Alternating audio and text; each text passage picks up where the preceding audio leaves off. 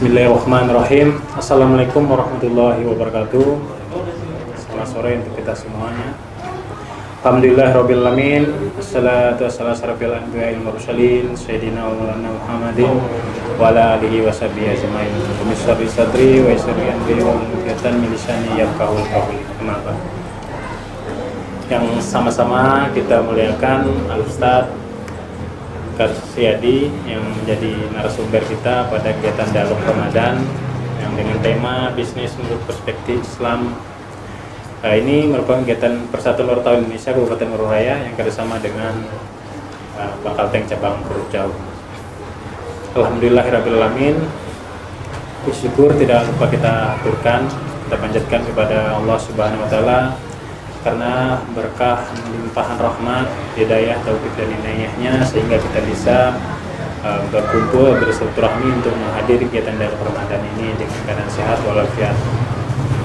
Salawat serta salam tidak lupa kita curahkan kepada hariban kita Nabi besar Muhammad SAW. Semoga kita selalu mendapat syafaat beliau hingga akhir zaman. Ya, berkenaan dengan dialog kita pada sore hari ini, Pak Ustadz, itu berkenaan dengan bisnis menurut perspektif Islam, karena bisnis ini merupakan kegiatan suatu kegiatan yang sifatnya bisa menghasilkan keuntungan baik itu dalam bentuk barang maupun jasa. Nah, berkenaan dengan itu tentu ada hasil, ya kan, ada rezeki yang dihasilkan oleh pelaku usaha maupun pihak personal maupun investor maupun perusahaan dan sebagainya. Mungkin ini menyangkut dengan pandangan Pak Ustadz terhadap dengan bisnis ini sesuai dengan pandangan Islam, perspektifnya seperti apa? Mungkin bisa disampaikan.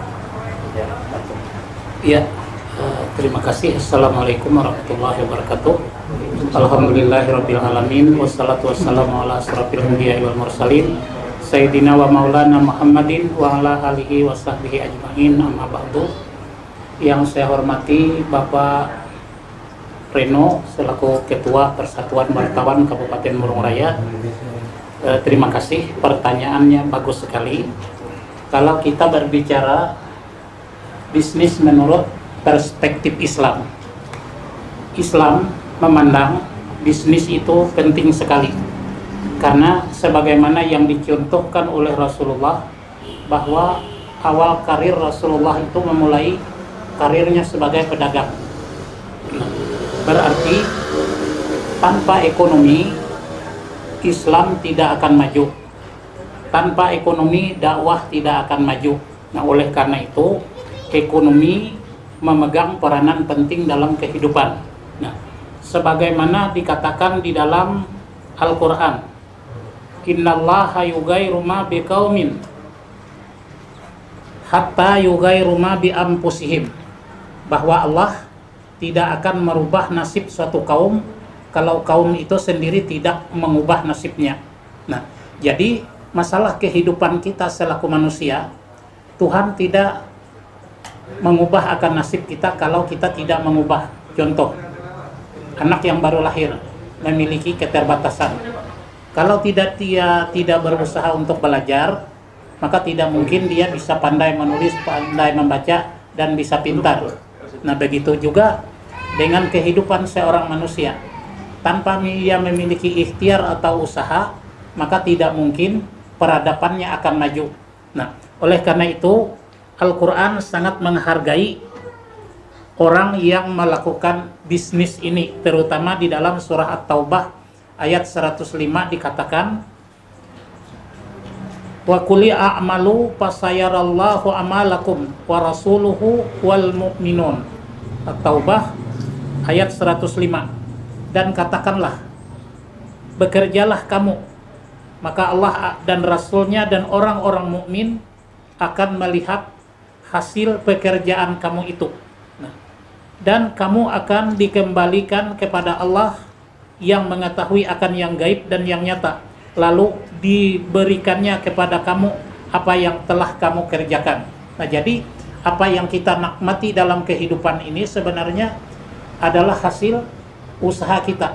Nah, kalau kita tidak kembali kepada ayat yang pertama tadi, kalau kita tidak merubah nasib kita, maka tidak akan berubah. Contoh, ini COVID-19 Corona. Nah, kalau kita tidak berusaha menjaga kesehatan kita dengan mencuci tangan, menjaga jarak, dan memakai masker, maka dengan sendirinya penyakit itu akan menimpa kita. Jadi majunya ekonomi suatu bangsa atau umat itu erat kaitannya dengan usaha dan ikhtiar kita selaku hamba Allah. Nah, saya ingin menceritakan zaman dulu. Ada seorang wanita yang berdoa kepada Allah. Siang hari dia teriak-teriak berdoa kepada Allah. Mungkin dalam kitab itu diceritakan siapa yang datang, apakah malaikat ataukah jin datang menemui wanita tersebut. Nah, jadi dia katakan, ibu telah berdoa siang dan malam, saya akan bawa ibu ke pinggir laut. Maka dibawalah wanita itu ke pinggir laut. Nah, jadi setelah dibawa ke pinggir laut, orang yang membawa tersebut memerintahkan kepada makhluk laut supaya timbul.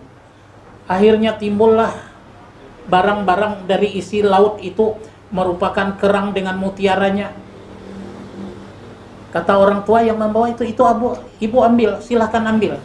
Nah, tapi wanita itu tidak punya sarana untuk mengambilnya. Nah, sampai ceritanya dibawa masuk ke muara sungai, timbul ikan yang besar, mungkin ibaratnya masuk sungai Barito lah. Sampai kata orang itu ambil, nggak ada alat untuk saya ngambil.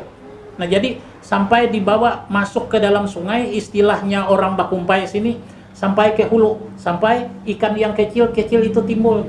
Kata orang yang membawa itu, ibu ambil. Katanya tidak ada alat untuk saya mengambil. Nah, makanya kata orang yang membawa tersebut, ibu jangan menyalahkan Tuhan dalam berdoa, karena ibu tidak memiliki sarana. Nah, jadi dalam perspektif Islam memandang bahwa untuk meraih keberhasilan hidup itu harus ada sarana. Nah, salah satu sarananya pendidikan, nah, usaha, ikhtiar, menyediakan tempat dan sebagainya. Saya kira itu. Ya, baik, untuk karena menyangkut dengan perspektif itu ada prinsip di situ Pak Ustadz. Mungkin karena prinsip bisnis ini seperti prinsip pedagang, itu ada transparansi, terus juga kepuasan pelanggan dan juga keberadilan. Mungkin dari untuk menciptakan atau melakukan prinsip ini seperti apa pandangannya? Kalau Islam berpandangan bahwa di dalam hubungan bisnis itu harus kita menciptakan, artinya kenyamanan. Artinya apakah si pemberi modal atau yang mengerjakan maupun yang menerima itu harus ada kenyamanan, istilahnya enak dalam bekerja. Nah, oleh karena itu dimulai, kalau dalam pandangan Islam, segala pekerjaan itu dimulai dari niat. Nah, niat kita dalam berbisnis untuk apa? Nah, misalnya niat kita untuk mencari kesejahteraan hidup yang baik, oke, kita capai. Tapi jangan lupa, selaku orang muslim, niatnya yang pertama ialah mencari keridaan Allah. Nah, kalau niat kita mencari keridaan Allah, insya Allah apa yang kita usahakan itu akan dibimbing oleh Allah. Karena hadis ada mengatakan, innama a'malu binniyat, sesuatu itu tergantung dengan niat. Nah, kedua, di samping yang disebutkan di atas tadi, di dalam bisnis juga prinsip kejujuran. Ini penting karena ada peribahasa di masyarakat ini mengatakan, jujur hancur, kung kalengkung untung. Itu peribahasa yang tidak tepat. Nah, kalau orang jujur, insya Allah apapun yang dikerjakan akan abadi. Tapi kalau kung kalengkung, bukannya untung buntung jadinya. Nah, oleh karena itu, dalam kegiatan bisnis, apalagi dalam ekonomi, dituntut kejujuran semua belah pihak. Nah, kejujuran tidak bisa dikatakan jujur aja. Dengan manajemen yang profesional, dengan pembukuan yang baik, nah itu untuk menghindari kecurigaan. Karena kalau manajemennya tidak baik, walaupun kita jujur dalam bekerja, itu kita sulit untuk membuktikannya dengan masyarakat, apalagi dalam mengelola masjid. Baik, ini untuk orientasi dari bisnis itu sendiri. Karena mungkin ini kan tujuan dari bisnis, ada target mungkin pertumbuhan, keberlangsungan, serta mencari keberkahan. Mungkin pandangan Pak Ustadz untuk supaya mendapat keberkahan dari ridho ilahi ini seperti apa? Nah, Yang bisnis. Al-Quran menggariskan kalau hidup itu mau berkah. Satu, setiap prospek usaha kita itu kita artinya berikan hak dengan sedekah. Nah, surah Al-Baqarah ayat 245 mengatakan, siapa yang meminjami Allah dengan pinjaman yang baik, maka Allah melipat gandakan ganti kepadanya. Maka Allah melipat gandakan pahala dan Allah melapangkan rezeki kepada yang memberi itu. Itu Al-Quran. Jadi prospek bisnis bukan hanya kita memikirkan diri kita, tapi kita memikirkan orang lain atau lingkungan. Nah, jadi di dalam Al-Baqarah 254 juga disebutkan, ya ayyuhalladzina amanu anfiqu mimma razaqnakum min qabli ayyatiya yaumu fihi wala khullatu wala syafa'atu wal kafiruna humuz zalimun. Wahai orang-orang yang beriman, infakkanlah sebahagian rezeki yang kami berikan kepada kamu. Jadi ayat ini sebahagian kecil aja, bukan seluruhnya, bukan separuh 50%, sebahagian kecil. Nah, sebelum datangnya hari ketika ada tidak lagi berlaku jual beli, tidak lagi persahabatan, maksudnya tidak ada lagi persahabatan, dan orang-orang kafir itu orang-orang yang zalim dan tidak menyukai kamu. Nah, oleh karena itu dalam perspektif Islam dianjurkan supaya usaha kita itu berkah, kita harus memperhatikan orang lain, karena bagaimanapun hak orang ada pada usaha yang kita lakukan. Makanya salah satu kepedulian dari Bangkalteng, acara berbuka puasa semacam ini, mereka beranggapan bahwa menyantuni fuqara, masakin, dan masyarakat sekitar Puruk Cahu dan Murung Raya sebagainya itu penting, dan ini mudah-mudahan membawa berkah bagi Bangkalteng, dan mereka mudah-mudahan dalam mengelola bisnis perbankannya selalu diridai oleh Allah, karena pada prinsipnya manusia tidak ada yang sempurna. Untuk menyempurnakannya, makanya membagi sebahagian hasil usaha itu kita kepada orang-orang yang memerlukannya. Ya baik, tadi sudah kita dengarkan panjang lebar menyangkut dengan bisnis menurut perspektif Islam yang mana sudah diuraikan tadi. Nah, ini mungkin kita masuk ke sesi tanya jawab. Kita persilakan kepada dua penanya pada sore hari ini yang berkenan dengan tema kita, yaitu tentang bisnis yang seperti yang disampaikan tadi. Silakan. Ya, terima kasih.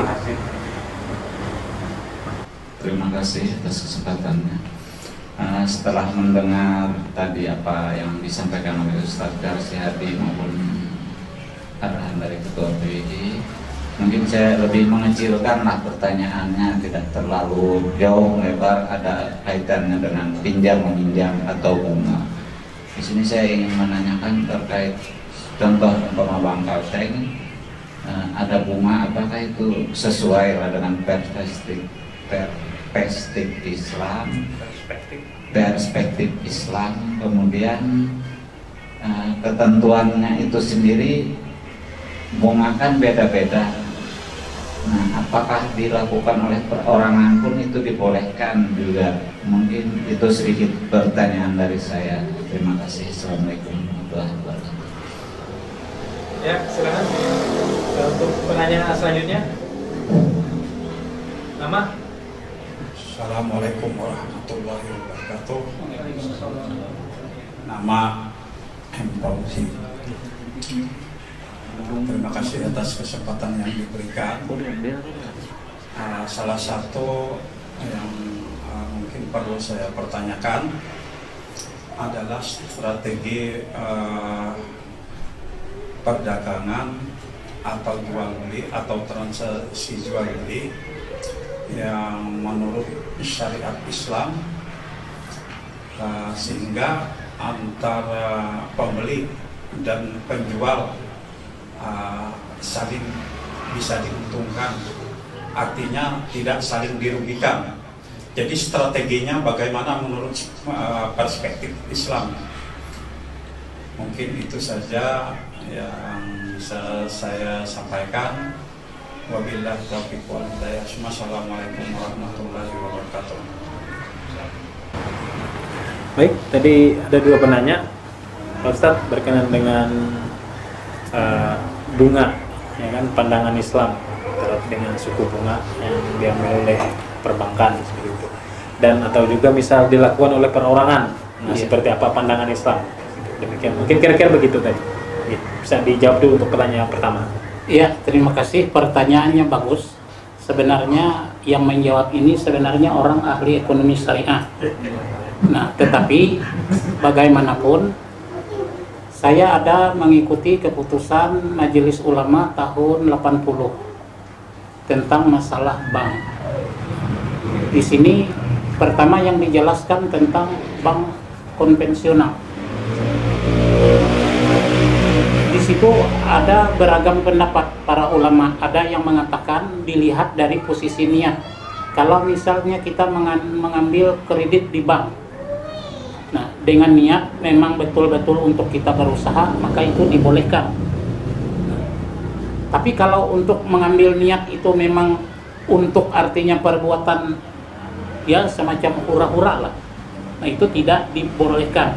Nah jadi masalah bunga daripada bank konvensional ini, sepanjang pengetahuan saya putusan ulama itu ada yang membolehkan, ada yang tidak membolehkan. Guru saya di Banjarmasin dulu, Ustadz Haji Rafi Hamdi, beliau mengatakan dengan kami, kalau banknya itu bank pemerintah, boleh kalian ikuti katanya.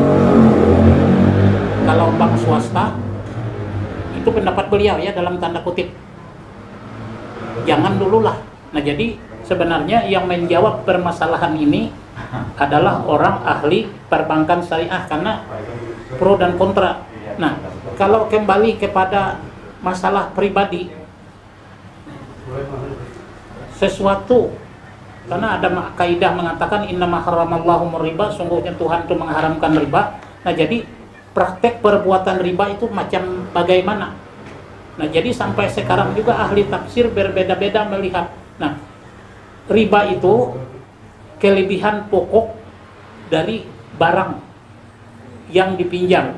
Nah itu ada yang mengatakan kelebihan pokok. Nah makanya seandainya selama ini kita terlibat praktek semacam itu, Tuhan memberikan solusi, salah satunya harta zakat untuk membersihkan harta kita. Karena terang terus untuk di Puruk Jahu aja kita mau transaksi perbankan syariah tidak ada. Nah, jadi ini kesulitan kita di Murung Raya. Nah oleh karena itu kembali kepada niat kita masing-masing. Kalau kita berurusan dengan bank, memang niat kita untuk membuka usaha. Membuka usaha itu kan menjaga diri, ku ampusakum wa ahlikum nara, jaga diri kamu dan keluarga kamu daripada api neraka. Nah artinya kalau niat kita baik, saya kira tidak apa-apa kita melihat, artinya mengambil dengan bank sepanjang itu tidak memberatkan bagi si konsumen itu sendiri. Artinya ada prinsip suka sama suka, ada MOU. Kalau saling memaksa itu tidak boleh. Suka sama suka itu ada prinsip dalam perbankan, begitu. Itu saya kira pertanyaan itu pertama. Tadi yang disampaikan oleh Pak Ustadz dengan pertanyaan pertama tadi kepada Mas Edwin. Terima kasih. Mas Edwin, untuk pertanyaan kedua bisa langsung dijawab Pak Ustadz. Ya, pertanyaan Bapak tadi transaksi yang saling menguntungkan ya. Nah, ya itu tadi. Kalau memang artinya tidak menjalimi antara berbagai pihak, kalau memang sama-sama diuntungkan, ulama ada yang berpendapat boleh.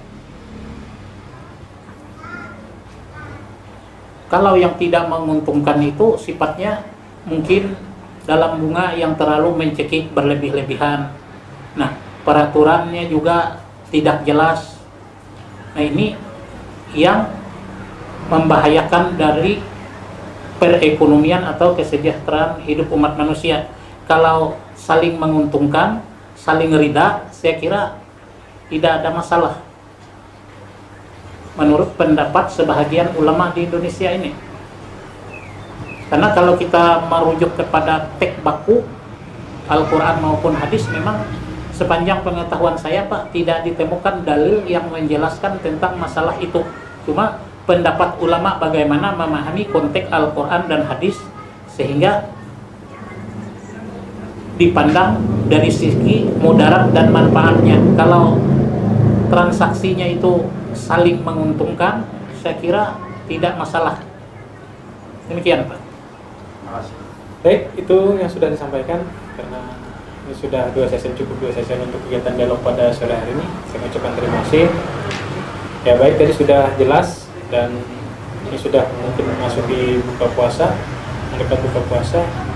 Ya kami dari Panitia Persatuan Dokter Indonesia mengucapkan terima kasih yang sebesar-besarnya. Semoga apa yang disampaikan oleh Pak Ustadz Karsyadi berkenaan dengan bisnis menurut perspektif Islam ini bisa bermanfaat untuk kita semuanya dan bisa kita amalkan, bisa kita laksanakan dalam kehidupan kita sehari-hari saja. Wassalamualaikum warahmatullahi wabarakatuh. Ramadan, Ramadan, Ramadan di hati. Ramadan, Ramadan, ku mohon usaha.